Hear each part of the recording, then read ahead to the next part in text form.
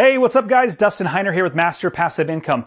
I want to talk to you today about debt to income and how debt to income can affect or positively or negatively affect you actually buying a house.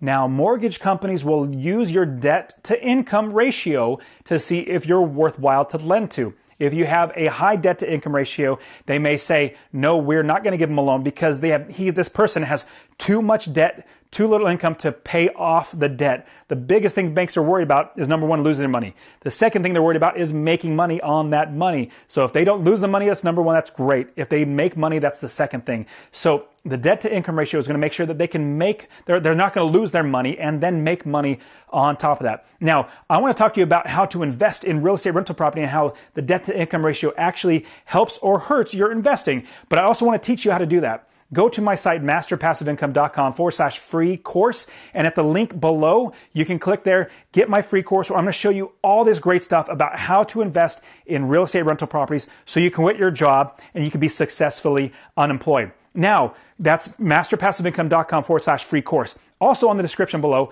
I wrote an entire article about debt to income ratio and how it affects you.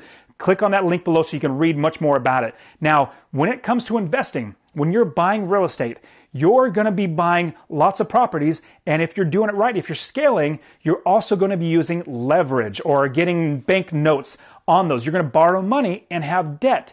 Now, as you build up debt, you want to also build up income. You don't want just debt and not income. So if you're buying properties, you want to make sure you're making enough money every single month. And here's a quick tip I'm going to give you.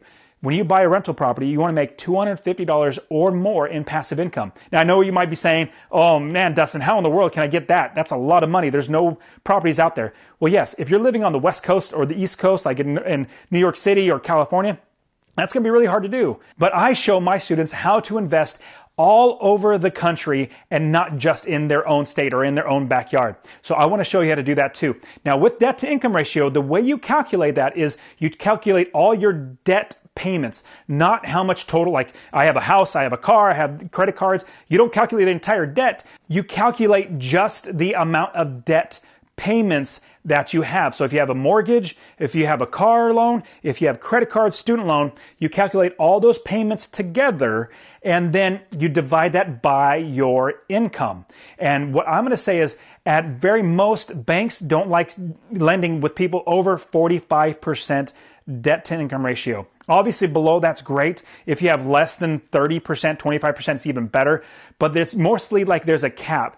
Banks don't like to get above 45%. So if you're making $4,000 a month, but you have $2,000 in loan payments that you have to pay every single month, that's 50%. That's above it. And so what you want to do is start increasing that income or getting rid of debts. So when it comes to debt to income ratio, what you try to do is lower your debt payments or increase your income or both in order to get your debt to income ratio down. Now, as you're buying rental properties, you're going to have more income coming in. You're going to have more debt payments, but you're going to have income that pays for those debt payments. And I want to show you how to do that. Remember, go to masterpassiveincome.com/free course to get your free course and see below so you can see everything I wrote about this topic about debt to income ratio and how you can use it to your advantage. All right, guys, I'll see you soon in the next video. You take care of yourselves.